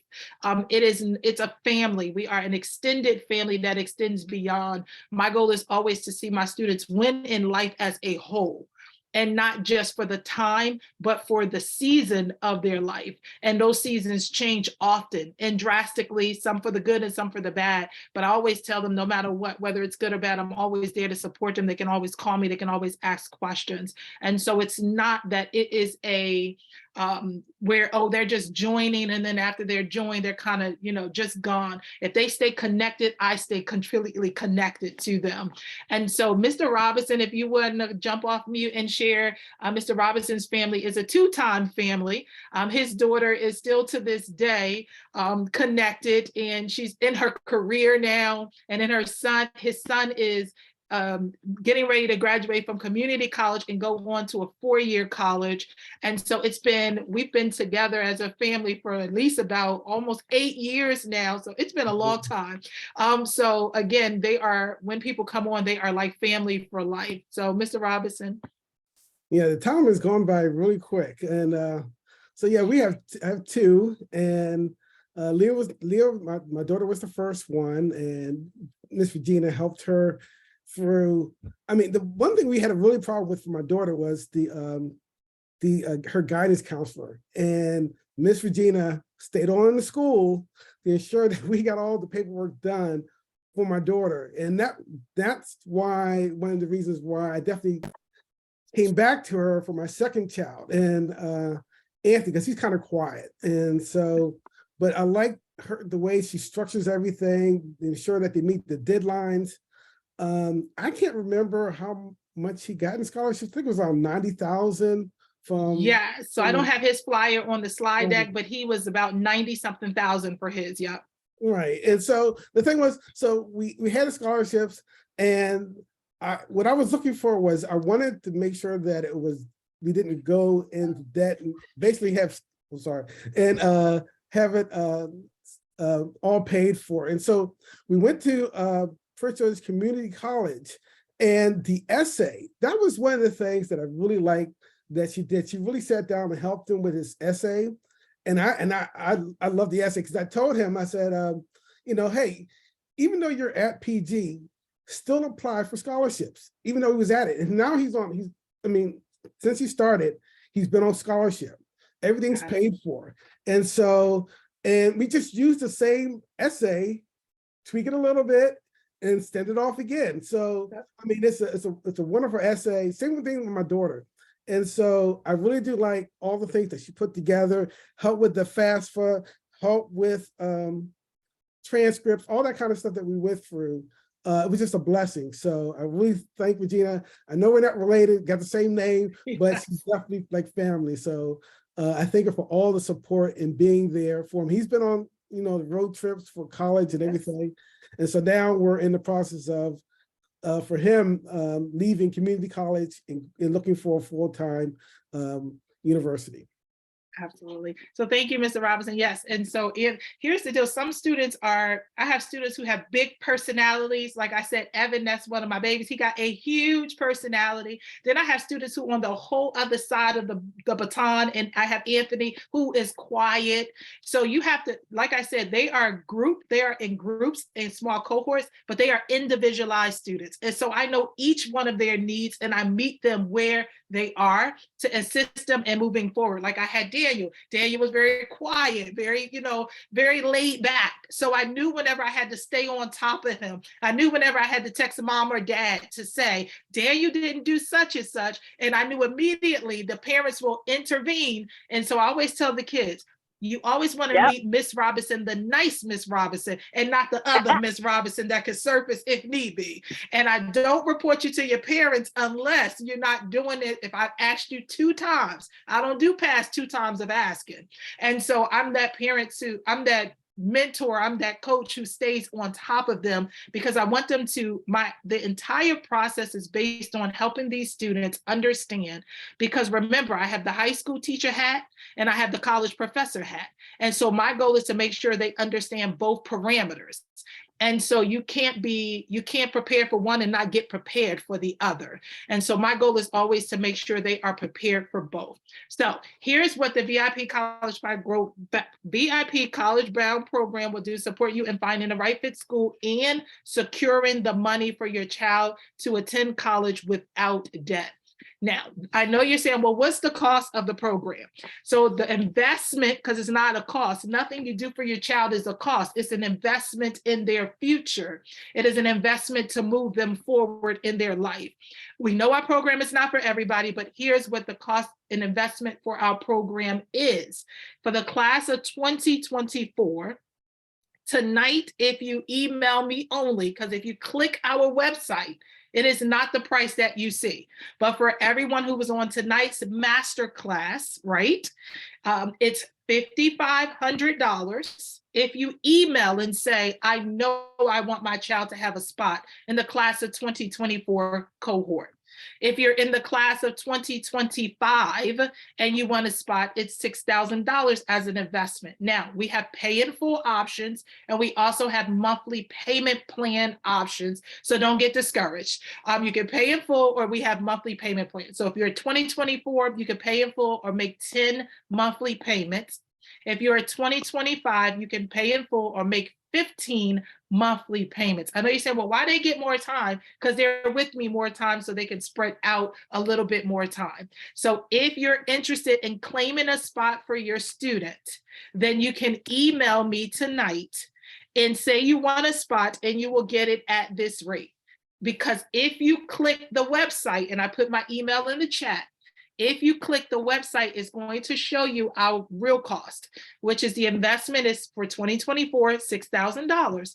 The investment for 2025 is $6,500. Tonight, for those of you who showed up on the masterclass, see, there's power in being present, not just registering and not showing up. So for those of you who actually showed up on the masterclass and you email me and say, I want a spot for my student, then we will send you a private link back via email for you to register, whether you want to pay in full or make the monthly installments. Again, you heard even Ms. Martin say it, you heard Mr. Robinson say it, and Ms. Carter say it. My parents get the investment of their program back 4 times at least in the scholarship money and grant money that their students receive, over 4 times. And so the investment you never really put out, because you get back in the money that you get awarded in scholarships and grants for your students' schools. You saw that in the testimonial flyers of our students. So the proof was there. I didn't just make that up. That is how our program is designed, to make sure your students get the maximum amount of money from all the schools they are applying to. That is our goal. That is why we do what we do. So you can also check out information about the program on our website as well. So I will put our website and the link to the program directly in the feed. For those of you who say, well, I need to read up more information about it, then guess what? The page will be in the chat. You can do that. For those of you who know, you're like, okay, I don't want to miss a spot for my child, because here's the deal. We have a maximum amount of students we take per grade level. And so we already have class of 2024 students already in our program. So you want to make sure you don't miss out if you're a class of 2024 parent. Again, the investment, $5,500 for 2024, $6,000 for the class of 2025. I promise you, you will get that investment back over 4, 5, 6 times in the scholarships and grants that your child receives. Best of all, you'll start seeing results from our program after our first meeting, or we will give you your money back. That's how I know I'm great. I don't have to pretend. I know my program is amazing. I know my program yields amazing results. That's why I can literally say to you, if after our first meeting, because Ms. Carter can tell you this, Ms. Martin and Mr. Robinson, after the first meeting, they are blown away at all the information they receive and all the action items they have and ready to move forward with confidence and ease in navigating the college process. If you don't feel that, we'll give you your money back. But we know for sure you will feel that, but that's why I can guarantee you that. If you're on the fence or have questions, you can book a discovery call with me to ask additional questions about the program, and I will answer any questions. Mr. Robinson said, yes, it's worth every penny. So if you have additional questions, you can book a discovery call specifically about the questions you have about the program, and I will answer those questions for you. Now, I want to open it up for any questions you have. If you want to come off mute and ask your questions, by all means, you can come off mute. If you want to drop your questions in the chat, you can drop your questions in the chat. If you don't want to come off mute and ask your questions, just drop them in the chat and I will answer them. If I did not already answer the questions that you submitted, if you feel like you submitted a question and I didn't touch on it, drop it in the actual feed. Yes, Ms. Martin said absolutely worth the investment. Thank you, Ms. Martin, for tuning in. I know you're driving. Drive safe, get home safe, and thank you. If essays are optional, should the student still complete one? Yes, nothing is ever optional in life. They just say that, but if your child is against someone else and it's just those two and only one spot left, that student did the essay, your student opted not to, they're going to get the spot and your student won't. So that's how you know it's not ever optional. You can just come right off mute. You don't have to raise your hand. You can just jump right off mute and start chatting and asking your question. Hi. Sorry. Oop. Okay. Is it? I'm driving, so I can't tell if I'm jumping ahead of someone or not. This is Yvonne. Thank you so much for this tonight. Oh, you're welcome. Quick question. My daughter is a junior. And how soon after tonight's call do you begin with the cohort? I almost feel like, oh my gosh, it's the 8th ball, we're in the 11th hour. So our junior cohort has already started. She would join in with the rest of the students. So we will meet her where she is and get her to where they are. So she has nothing to worry about. Okay, thank you. You're welcome. Thank you, Ms. Robinson. I had a quick question. In terms of kids selecting their college list, I know most kids, they look at the college, of course, to see if they have a major. But you said something earlier that was key, identifying the right college for the right fit for the money. Is there like a formula, or how do you do that? Because my daughter has a list of colleges, and they're all like $60,000 a year and up. And I don't have $60,000 a year to pay for the colleges. So how do you make it make sense with the college list? So you saw when I showed the way we make it make sense in our program is you saw the chart that I showed inside my online account and the backdoor side. We make it make sense by that. So okay, go ahead. No, I'm saying I apologize. My internet had dropped off early, so it was me coming in and out the webinar because my internet. There was a crash in the area, so the internet had went out. So basically, what I showed them was a backdoor to my inside where my students have access to all the schools. And so what it is you're looking at the 50 percentile. What GPA is the 50 percentile for that school, and you're seeing how your child GPA aligns with that, and that will determine whether they're going to get merit aid. Remember, merit aid is the biggest way to pay for a child's college education. That's the number one way. Okay, and is it, well, the question, if my daughter has she has like a 4.0, like she's in the 10th grade, so 9th grade, 10th grade, she has a 4.0. So if she keeps this 4.0 through 12th grade, is it guaranteed she'll get a merit scholarship? Say that again. You said if she keeps a 4.0. Up until 12th grade, she's in the 10th. So she maintains this 4.0 along with her outside extracurricular activities she does. Is that kind of like a sign that a school that she's applying to will provide her a merit scholarship, or it's more than just having a 4.0? So it is more than just having a 4.0, but it's test scores also. But here's the reality, and let me make sure everybody gets this part. So just because she maintains a 4.0, and let's say she applies to a school like Harvard, and she has a 4.0, right? Everybody coming into her probably has a 4.4 and a 4.5. And Right. so it doesn't mean that she qualifies for merit aid just because she has a 4.0. If Harvard's merit aid is aligned to a 4.3 to a 4.5, then she doesn't qualify for merit aid. So Yeah, it's her school is about knowing. unweighted. Yeah, her school is unweighted, not weighted. Yeah, so it doesn't matter. So the GPA is still the GPA. So if her GPA Right. is a 4.0, Mhm. and then she ranks up and the school has the merit aid aligned to a 4.2, she's not in that. So she gets knocked off from the merit aid. So remember, it's about finding the schools. That's the goal, and that's how our program is aligned. Finding the schools that align to her for merit aid, so she knows she's going to get merit aid. So a kid just Okay. haphazardly saying, oh, I'm going to apply to this school because I hope I can get merit aid because I got a 4.0. That's not how it works. They have to Okay. know that 4.0 qualifies them for merit aid at that school. Got you. Makes sense. Thank you. Okay, you're welcome. Let me see. I'm as you're coming off mute, I'm taking your questions, and then I'm just making sure I'm not missing questions in the chat. Oh, hi, Miss Trellis. Didn't know you were on. So Miss Trellis is also one of our parents from the class of 2024. Her daughter goes to Elizabeth Seton High School, and she is another one of my babies. They give me all kinds of nicknames, but yes. So her baby also she's also one of our class of 2024 cohort Shining Stars. So she says Miss Robinson has been very helpful so far, and she keeps my daughter on track. Yes, I keep her on track. I stay on top of her. Anyone else for any questions? So I want to make sure we get all questions. Yes. What's the best year to enroll the student? Is it 9th grade or 10th grade? And like another parent said, it seems like 11th grade may be too late. So they're never too late. So for instance, let me just give you guys synopsises. So class of 2023, which is our graduating seniors this year. These kids are going off to college soon.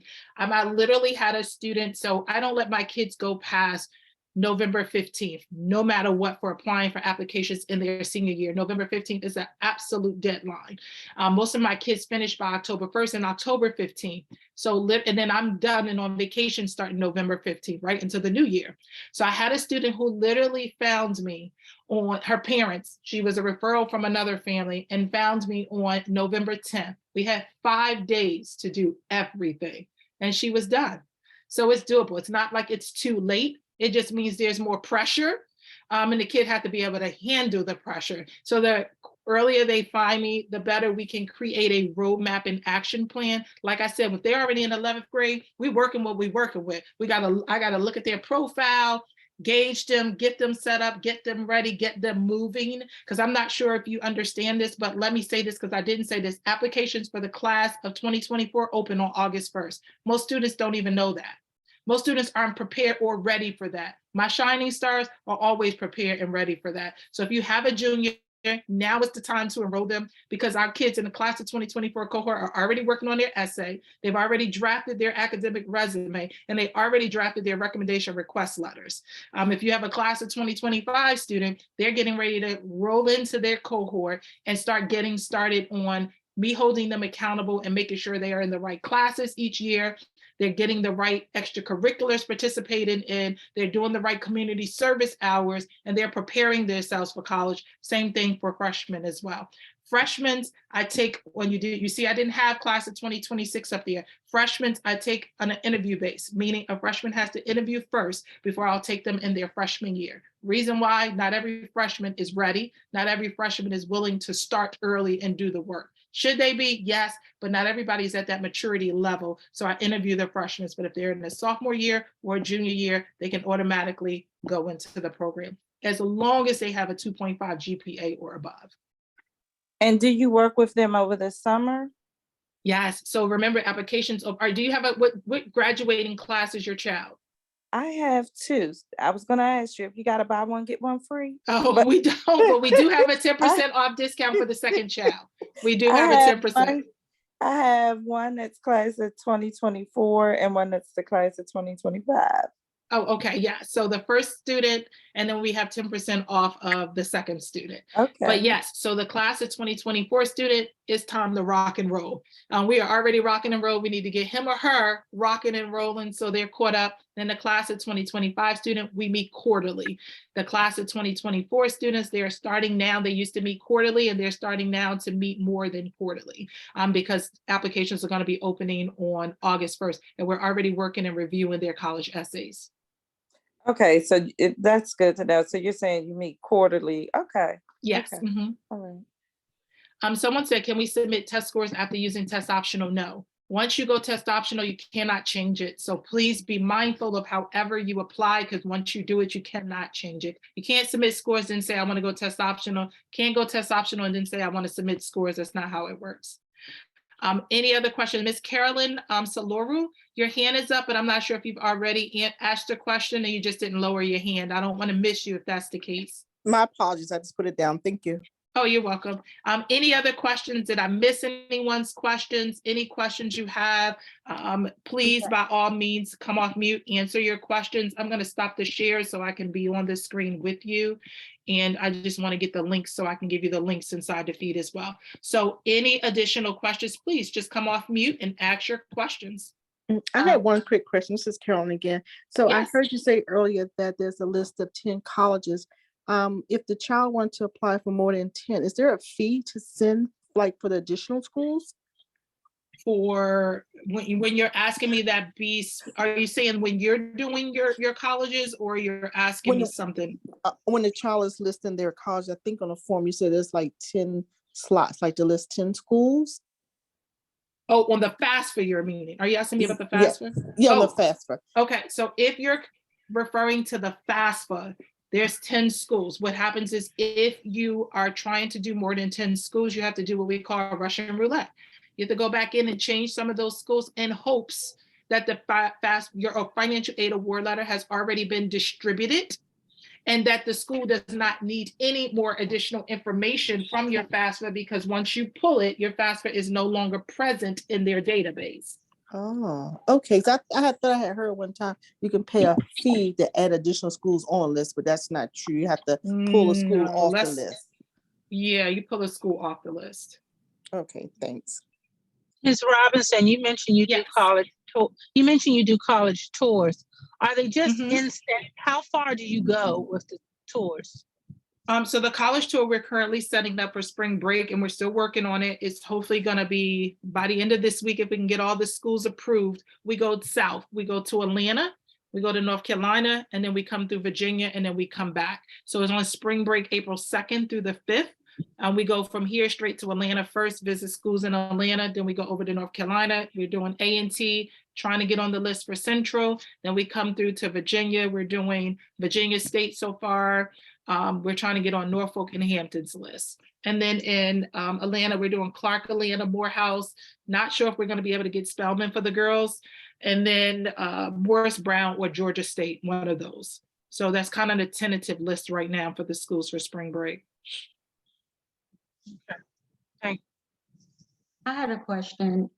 Yes. What do you think about their offering now for the kids to be able to take college classes and get college credits while they're in high school? What is your opinion on that?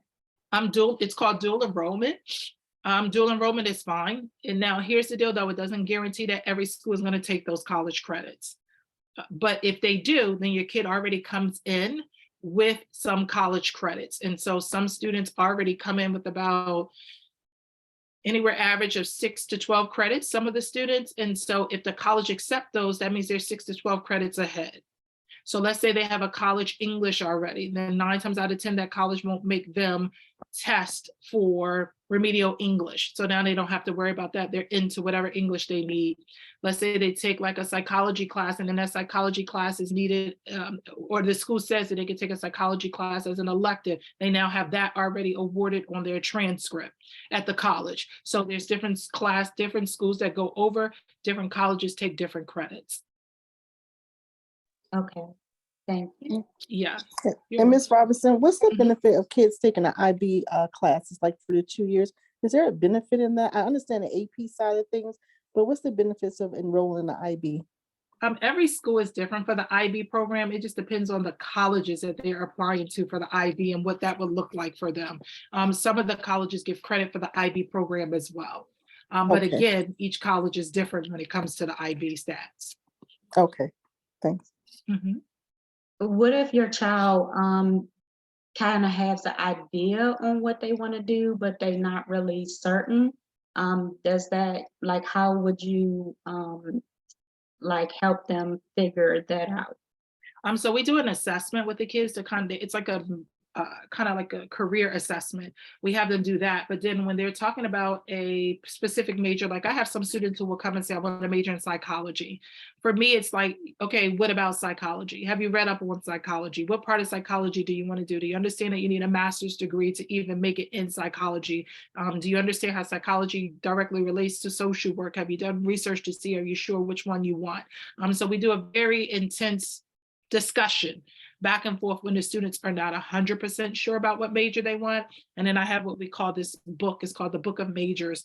A lot of times the majors they're considering, I'll kind of screenshot the pages and send it to them, make them read through it, and then they have to come back for a discussion with me about it so that they can prove to me this is really the area they want. This is really something they want to pursue. Awesome, thank you. You're welcome. Hello, Ms. Robinson. Hi, Miss Gloria.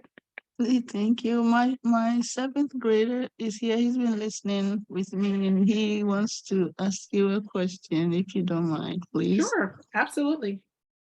I'm sorry, my name is Emmanuel and I'm currently in seventh grade and I wanted to be a mechanical engineer. And I was wondering how early can we start planning for your program, and because I kind of want to start before high school. Okay, so Emmanuel, nice. welcome. So I just want to say kudos to you for being in the seventh grade and already being in the mindset of college. You're ahead of most high school students when it comes to the mindset of college, right? And so what I highly suggest, there are a lot of times there are programs that are offered in the summertime that are like directed to engineering.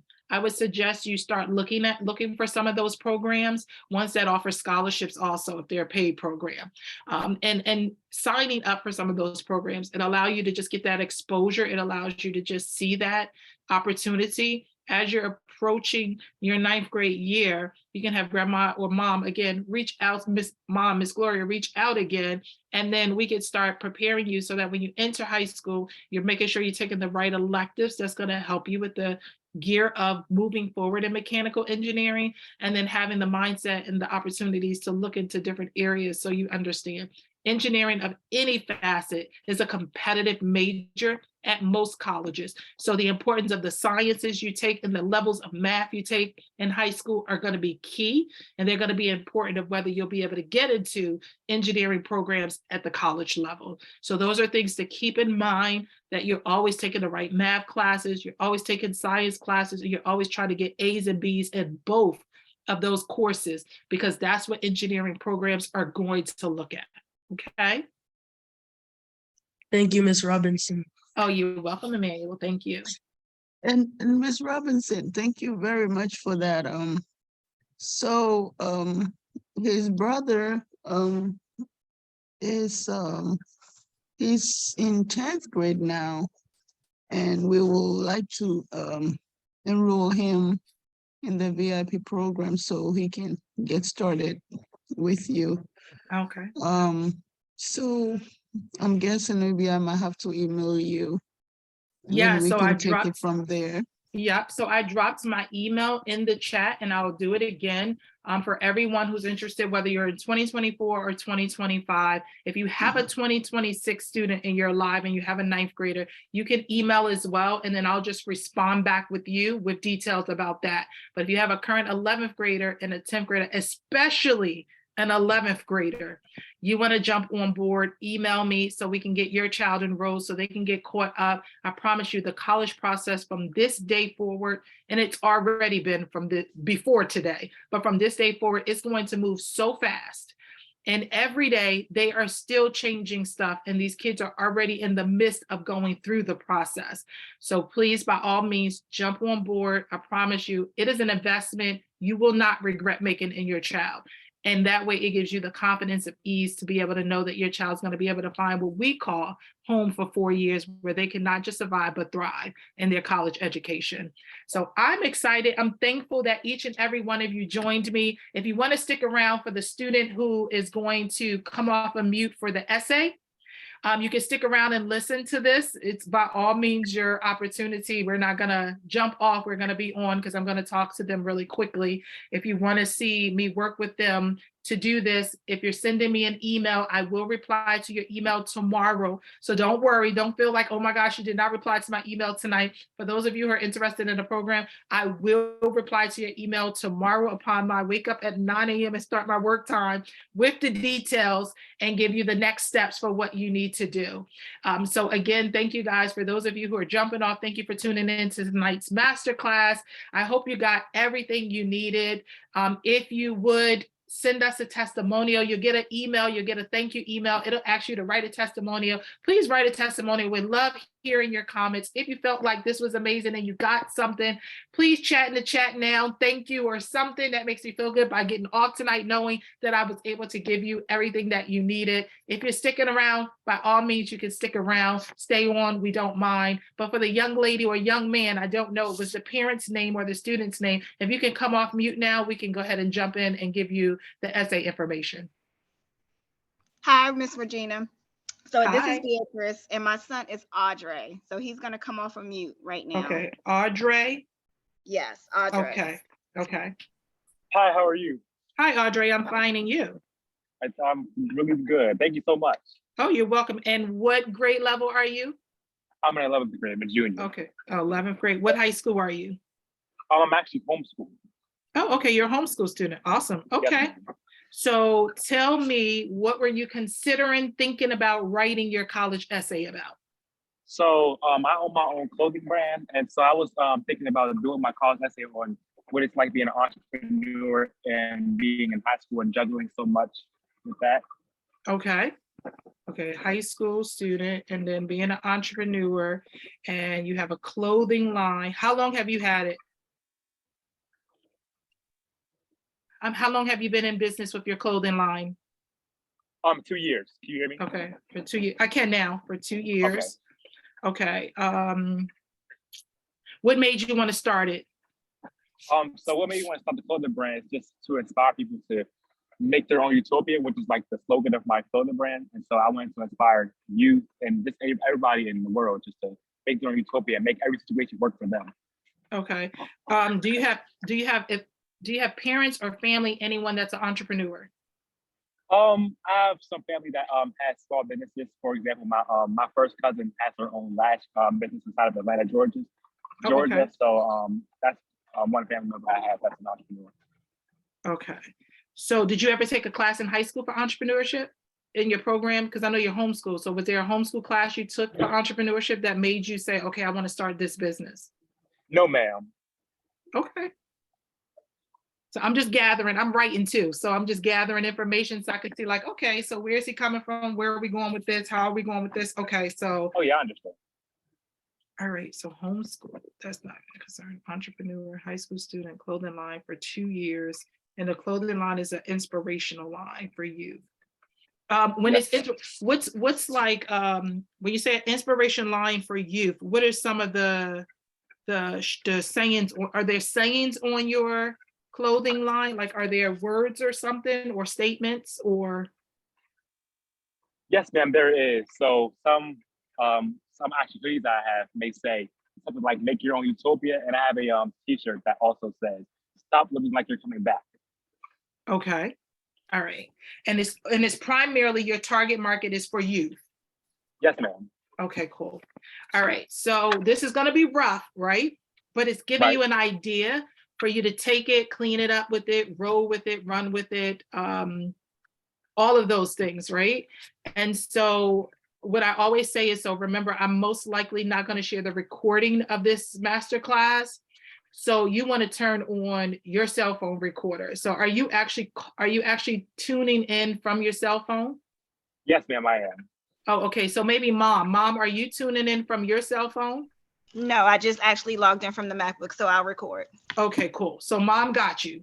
And Okay. so mom, I would just say record, because at any given moment, I'll just start, right? And you can blotch out all the extra in the beginning part that's dead sound and nothing there for me to do it. But again, it's going to be rough, and I might do it once or twice because I want to play around with it. But here's what I want to find out. One final thing from you, Audrey. Do you want to focus your essay around being a student who wants to inspire other students, and you find that way of doing that through entrepreneurship?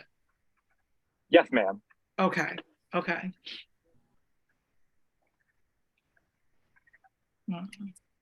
All right, give me a minute. I'm just thinking. Okay, that's fine.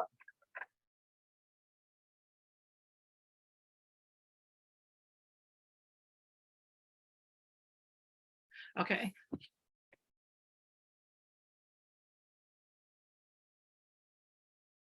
While most high school students are plagued with issues that we are facing on a day-to-day basis, I am consumed with inspiring, impacting, and changing the world.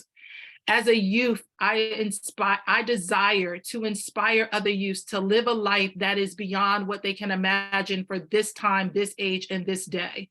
As I move forward in my journey as a high school student, while most students are focusing on class, in fact, I am too, but I'm also running a successful t-shirt clothing line business. You see, I started off at a young age worrying about how I can change the world, and I discovered that avenue. And that is through building and creating a legacy that would live on far beyond me. I am not just a student. I am an entrepreneur. I am an African-American student. I am a man who is determined to change the trajectory of how other young women and young men see their future moving forward.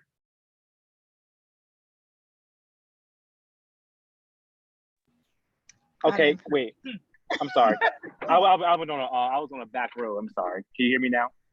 I can hear you, and hopefully your mom was able to get the recording. Yes, I was. I got all of that.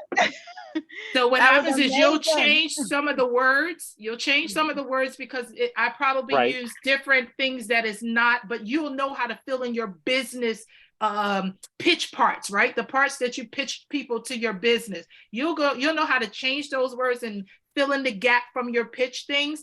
And here's what I'll do twofold. Write it, send it to me, and I'll read it for you. Only Okay, great. the Thank you so much. introduction. Oh. Only the Okay. introduction. Clean it up from the recording, clean the words up, email it to me, and I'll give you feedback back. Perfect. Okay, great. Thank you. You're welcome. Thank you so much, Miss Regina. Oh, you're welcome. So guys, that's not just for Audra, that's for you too. See how I'm trying to take him to create a story around him being an entrepreneur, right? Him wanting to change the world, how that started for him, where that began, how that ended, or how he sees that going, right? And so his building body paragraphs will literally be around that. So most likely his body paragraph will talk about him wanting to inspire youth. That's one of the paragraphs, however order he puts it in. Another paragraph would be, Audrey, make sure you're getting this. Another paragraph would be about how it was challenging maybe, or it was rewarding for him to not only be an entrepreneur, but also be a high school student at the same time. And then his last paragraph will be talking about how he's going to now take what he has now and carry that into college as well, because college will help him build on that. Audrey, do you want to major in entrepreneurship? Yes, ma'am, I do. Okay, so now he'll tie that third paragraph in as how that ties to his major and how he's going to take what he learns at the institution from all of his professors, tie that together with what he already knows, and the fact that he's been in multiple rooms of conferences if you've ever attended, right? If you have if you don't have a mentor that's an entrepreneur, you better get one. And so you could talk about all of that in your body paragraph as you're leading up to, and then you close out and let them know what's left for Audrey. How does Audrey see his future in the conclusion? Wrap it up, bring it to a close, and you have your essay. Wow. I love that. Thank you so much. Okay, you're welcome. I'm Thank you. always excited when I meet students who want to be entrepreneurs.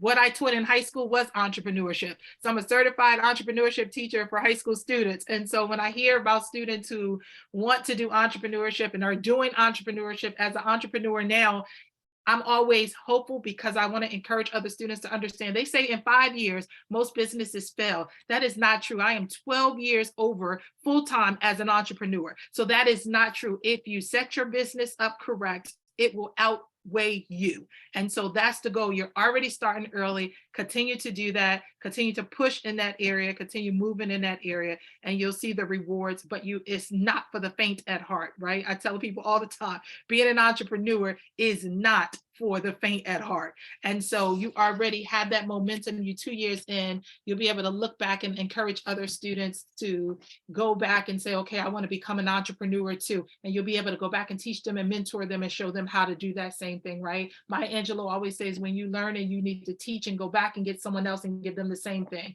That's what you need to do, and you'll see success in your business. Yes, ma'am. Thank you It so much. says, how often do you meet with the class of 2024? Oh, so our class of 2024 right now are on a meeting basis of their essays. So they're now submitting their drafts, their paragraphs. So we go paragraph by paragraph by paragraph. They can't go to the next paragraph until they've gotten final approval from that paragraph they're currently on. Once they do, they move to their next paragraph. So they are currently uploading it into their online system, and we're going back and forth. So that's how we're meeting. So they're going to meet again, class of 2024 this month. So they have one meeting this month, and then they'll be working back and forth on their tasks. Through their online system, they upload everything back and forth to me. I upload back and forth to them. And then we meet again. This is January. We'll probably meet again in March because they'll be working on getting their essay done. So we meet periodically depending on where they are in tasks. So that's how they do it. But if your child was to enroll, they would immediately meet with me one-on-one, and then they go into the cohort meetings. So that's how that goes. They go one-on-one in the first meeting, then they go into the cohort. Ms. Broomford said that your clothing line is fire, Audrey. So you already got a business client already in the feed, right? So Yes, cohorts ma'am. generally meet monthly. Cohorts meet quarterly, depending on the grade level. They start to meet monthly as they get closer to senior year. So that's how it goes. So they start to meet monthly as they get closer to their senior year. And sometimes they're not even meeting monthly because they're working on their apps and I'm reviewing them and I don't need them present for that. So it depends on where they are and where they are in that particular process. And so it's all about the process, all about what steps they're on and what grade level they're on as to how they meet. So that's how that goes. Because Ms. Jackson, you just asked do they generally meet monthly? They generally meet quarterly until they are close to their senior year. So now my cohort for 2024 are close to their senior year. So they will go into, they're heavily in their tasks now. And so we meet probably every other month, and then they're individually handing in work in their online system in between those group cohort meetings. So they're still individually handing in their work. And Ms. Robinson, just to piggyback on that, because my daughter's listening and we're, talking, and she's it sounds good, but she's feeling like, well, I'm already keeping my grades up. Is this going to be something else? Is it going to be too stressful? Are the meetings in person? Are they in Zoom? Oh, they're on Zoom. So all of the meetings are virtual on Zoom. All of the meetings are recorded, but they are virtual on Zoom. So all of the meetings are virtual on Zoom, and then we work through the process. So this is for her this program is designed so that she's not stressed and overwhelmed. Right now, she's free flowing because she's probably not really actively doing anything in the college process.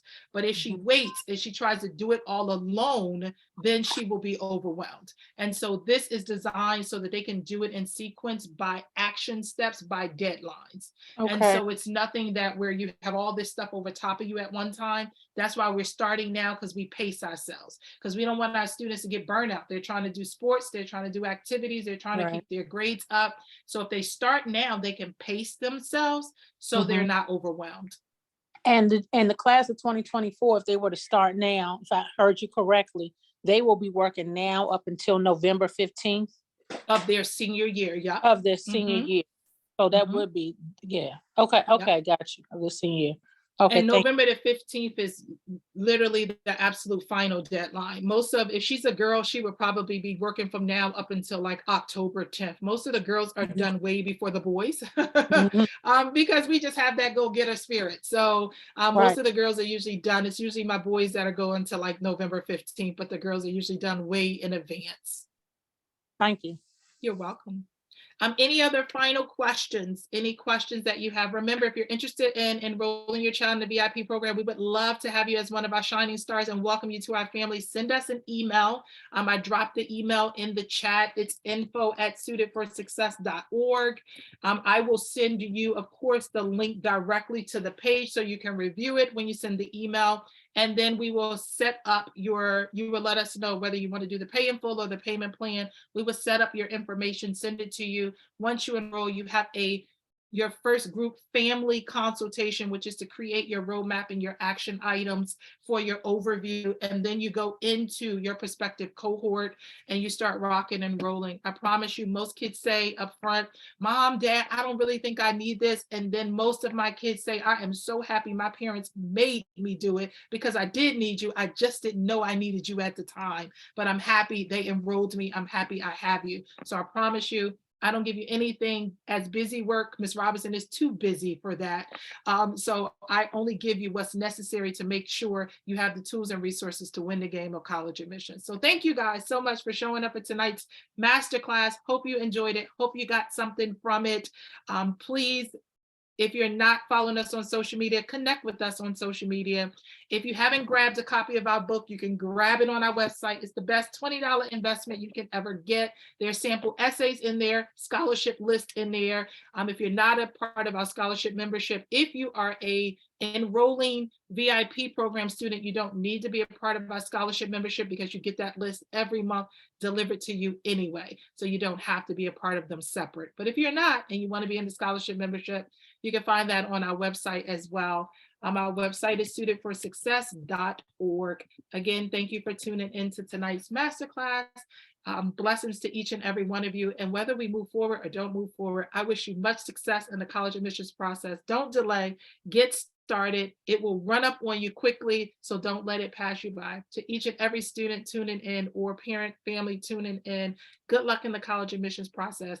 May you continue to strive. May you continue to thrive. Keep moving forward in your education and in your life. And I wish you but nothing but success. Thank you. Thank you.